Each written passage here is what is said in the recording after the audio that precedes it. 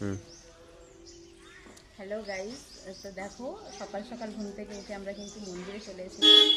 আর এই মন্দিরটা তোমাদের আগেও আমি ভিডিওতে শেয়ার করেছি। এটা হলো পাহাড়ের মন্দির, পাহাড়ের চূড়ার উপর একটা মন্দির রয়েছে। এর আগেও আমরা গিয়েছি, সেটা বাইকে, বাট এবারে আমরা একটু বেশি এক্সাইটেড। তার কারণ আমরা যাচ্ছি এবার সিঁড়ি চড়ে। ঠিক আছে, তো এখানে সিঁড়ি চড়ে ওপরে উঠতে কিন্তু অনেকটাই টাইম লাগে, প্রায় 1 ঘন্টা টাইম লাগে, তাই না? 1 ঘন্টা। তো চলো উপরে যাওয়া যাক, তোমরা ভিডিওটা দেখতে থাকো। হয়েছে?